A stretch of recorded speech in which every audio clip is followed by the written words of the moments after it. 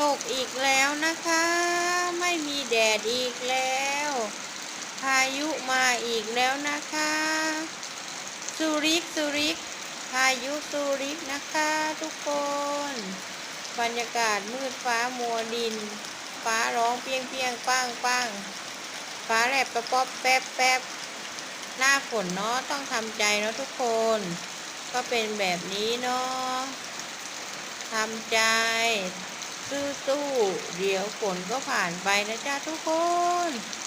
ไม่มีแดดตากมอเตอร์พัดลมอีกแล้วนะจ๊ะ